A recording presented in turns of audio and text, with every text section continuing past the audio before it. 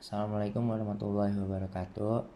Perkenalkan, nama saya Ardian Salim Bawazir dengan NIM 23050046. Sebelumnya di sini saya akan mempresentasikan remedial teknik pengeboran, yaitu adalah tentang perhitungan hidrolika di bit, penentuan waktu optimal penggantian bit, dan penentuan kedalaman intermediate casing.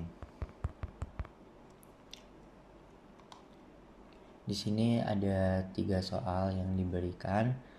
Mungkin yang pertama adalah tentang diketahui data lapangan kedalaman sumur 6000 feet rate minimum atau Qmin 444 GPM, rate maksimum Qmax 762 GPM, daya maksimum atau HP max 1388 HP, batas maksimal pamrik yang tersedia, tekanan permukaan max 2145 psi, dan densitas lumpur 11,2 ppg dengan data flow pump rate test atau yang disebut FPRT, data lapangan Q1 432 GPM dan PP1 560 psi, tekanan parasitik atau yang disebut dengan pompa lumpur.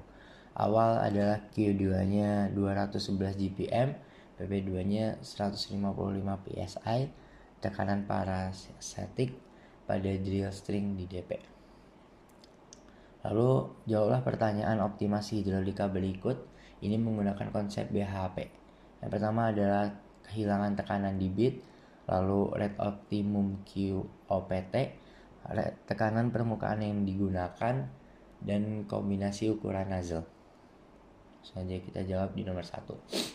Nomor 1 adalah diketahui data lapangan kedalaman sumur 6000 feet, Qmin-nya 444, Qmax-nya 762 GPM, HP max-nya 1388 HP, tekanan permukaan maksimumnya 2145 psi, densitas lumpurnya 11,2 ppg, data FPRT Q1-nya 432 GPM, PP1-nya 560 psi, Q2-nya 211 GPM, PP2-nya 155 psi. Lalu tentukan kehilangan tekanan di bit delta P bit, lalu ada laju alir optimum QOPT, lalu ada tekanan permukaan yang digunakan, dan kombinasi ukuran nozzle yang dipakai. Lalu jawaban nomor 1. Kedalaman sumurnya kan kita udah diketahui 6000 feet, Qmin-nya udah diketahui 444 GPM, Qmax-nya 762 GPM, HP max-nya 1388 HP, tekanan permukaan max-nya standpipe-nya 245 psi, densitas lumpurnya 11,2 ppg, FPRT data Q1-nya 432 GPM, PP1-nya 560 psi, Q2-nya 211 GPM, PP2-nya 155 psi. Asumsinya 1. Tekanan parasitik PP tergantung pada Q secara kuadrat PPK. Q2 asumsi umum untuk frictional losses. Lalu SPP operasi diasumsikan menggunakan batas maksimum yang tersedia, yaitu 2145 psi. Lalu kriteria optimasi memaksimalkan hydraulic horsepower atau disebut HAP di bit HAP Q delta P itu 1714. Delta P bitnya, SPP-nya min PPQ. Lalu menentukan konstanta K dari FPRT. K1 sama dengan PP1 atau Q2 sama dengan 560.0 atau 432.0 kuadrat 2 kuadrat sama dengan 0.00300069 psi atau GPM 2 kuadrat. K2-nya sama dengan PP2 Q2 kuadrat 2 sama dengan 155.0 atau 211.0 kuadrat 2 sama dengan 0.00348150 psi atau GPM 2 kuadrat 2. K atau disebut dengan rata-rata sama dengan 0.0324109 psi per GPM 2 kuadrat, sehingga PPQ K Q2 kuadrat dengan SPP 2145 PSI, maka delta P bit Q 2145 min Q2 kuadrat. Hasil pencarian QOPT di rentang 444.0 min 762.0 GPM. QOPT-nya kita menemukan 469.7 GPM, PPQOPT-nya 715.4 PSI, delta P bit-nya 1429.96 PSI. HHP pada QOPT sama dengan 391.86 HP. HP min max mesin sama dengan 1388 HP. HP max jadi bukan pembatas. Perhitungan nozzle kita perkiraan menggunakan persamaan orifice QCD A SQRT 2 delta P min rho. Konversi satuannya kita menemukan 0.00222806 FT, delta P PSI LB per FT-nya 2 kuadrat 1 PSI, atau kita menemukan 144 LB. Densitas lumpurnya kita menemukan di PPJ-nya 62.4, asumsi CD-nya 0.95. Perkiraan diameter nozzle in untuk N nozzle itu N1 nozzle-nya itu diameter per nozzle-nya 2.88 in, N2 nozzle diameter per nozzle-nya 2.04 in, N3 nozzle diameter per nozzle-nya 1.67 in, N4 nozzle diameter per nozzle-nya 1.44 in. Lanjut, ada di nomor 1, ini untuk kehilangan tekanan di bit itu terjadi ketika sebagian atau seluruh fluida pemboran keluar dari sumur dalam formasi yang permeabel.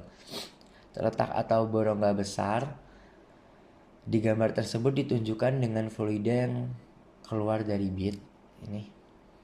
Lalu ROP. Gambar selanjutnya ada ROP. ROP adalah kecepatan masuknya pahat bor atau bit dalam formasi bisa dinyatakan dalam satuan meter per jam. Terjadi bila memotong formasi yang lunak atau parameter pengeboran diatur secara agresif. Lalu kita lanjut ke soal nomor 2. Kedalaman lubang bor pada saat bit digunakan. Mungkin kita ke soal nomor 2 dulu.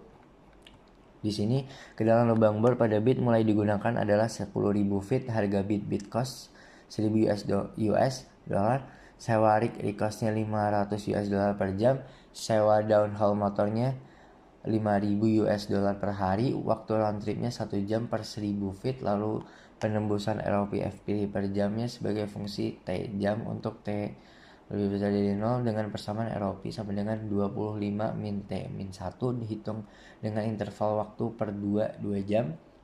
Pertanyaan adalah kapan bit itu harus diganti, berapa harga CPF, cost per fitnya, dan berapa total cost sampai penggantian bit. Mungkin kita langsung jawab aja. Ini soalnya kita udah menemukan harga bitnya, sewa rignya, dan motornya $5.000 per hari, waktu round tripnya 1 jam per 1.000 feet, ROPT-nya 25 feet per jam atau 26 nanti. Evaluasi dilakukan tiap 2 jam. Ini evaluasinya kita lakukan tiap 2 jam. Lalu tentukan kapan bit harus diganti, waktu dan kedalamannya, berapa CPF-nya, cost per foot-nya pada saat penggantian, dan berapa total cost sampai penggantian bit. Mungkin langsung aja kita jawab. Data yang diketahui, kita sudah menemukan kedalaman saat bit digunakan 10.000 feet, harga bit per cost-nya $1.000 US, sewa rignya $500 per jam, sewa downhole motornya $5.000 per hari, waktu round tripnya kita udah menemukan untuk 10.000 feet 10 jam, waktu ROP feet per jamnya untuk ROP-nya 26 min T dari soal ROP sama dengan 25 min T min 1, interval evaluasi setiap 2 jam. Maka asumsinya 1. Biaya per jam recost per DHM per jam itu 500 per 208.3333 sama dengan 708.333 US dollar per jam. Ketika trip terjadi pergantian bit, rig dan DHM tetap dikenai biaya per jam selama durasi trip.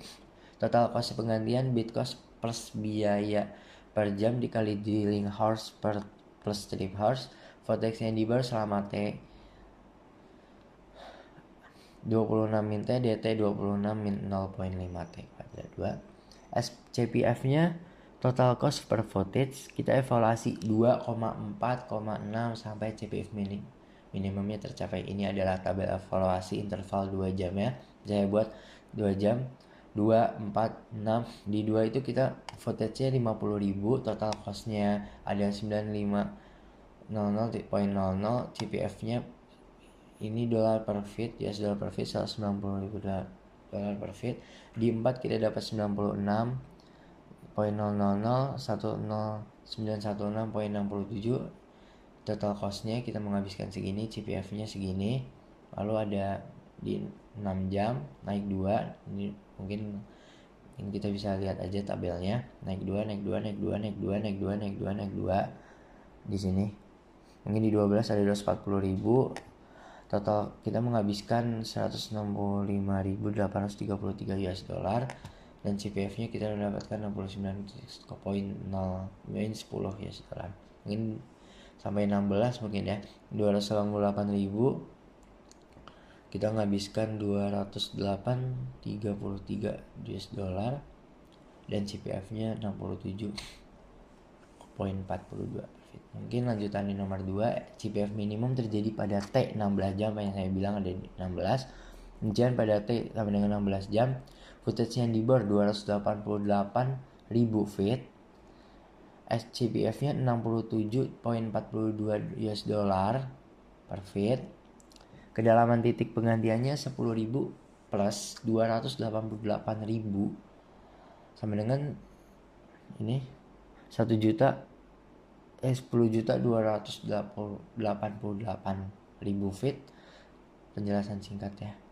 Saya evaluasi CPF tiap 2 jam. Formula footage 26 min 0,5 T kuadrat 2 kuadrat T kuadrat 2 berasal dari integral ROP dan kurung T 26 min T. Biaya per jam mencakup sewa rig dan DHM. Trip time tetap 10 jam untuk deep 10.000 feet. Tanggal optimal penggantian bit adalah pada T yang meminimalkan CPF. Lanjutan nomor 2. Ya, ini adalah gambar onshore dan offshore drilling. Lalu ini adalah bit, ada drag bit, lower cone bit, dan diamond bit. Mungkin ini adalah ada downhole motor. Ya, downhole motor ini tuh kalau bit itu adalah yang diganti pada saat bit mulai tumpul, maka bisa diganti. Mungkin kalau downhole juga nggak jauh beda, ada kayak downhole tuh yang disewa seperti itu sih. Lanjut nomor 3. Mungkin kita balik dulu ke soalnya. Nah, di nomor 3, pada program pemasangan intermediate casing diketahui densitas smooth versus deep. Selama pemboran atau data-data densitas smooth versus deep dari sumur sekitarnya untuk tekanan formasi tertinggi dengan densitas smooth 16.2 ppg, short factor trip margin untuk mencegah kick dari formasi apabila saat cabut drill string sebesar 0.3 ppg dari tabel rada.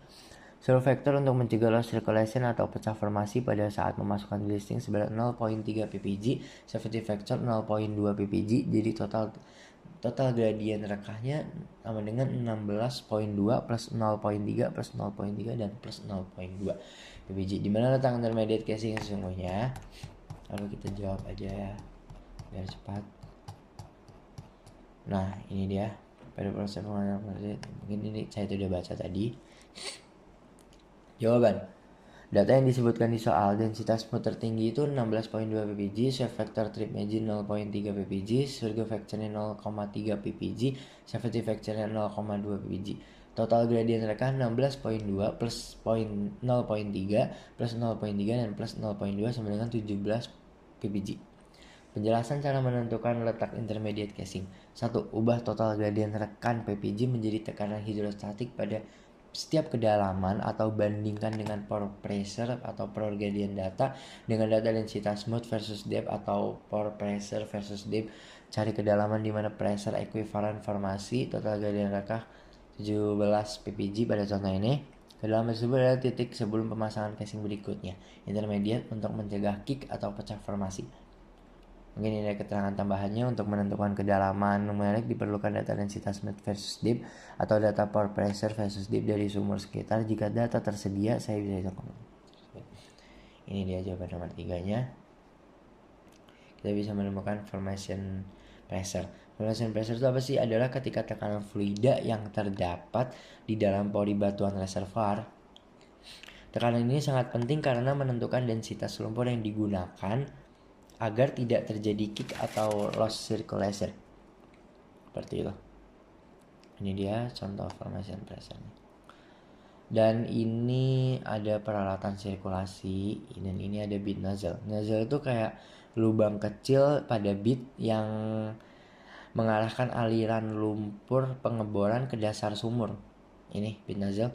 Fungsinya itu untuk membersihkan cutting, habis itu mendinginkan bead dan memberikan energi hidrolik ke dasar lubang. Seperti itu. Sekian presentasi dari saya. Demikian presentasi perhitungan hidrolika di bead, penentuan waktu optimal, penggantian bead, dan penentuan kedalaman intermediate casing. Terima kasih, mohon maaf jika ada kesalahan kata, mohon dimaafkan, dan terima kasih. Assalamualaikum warahmatullahi wabarakatuh.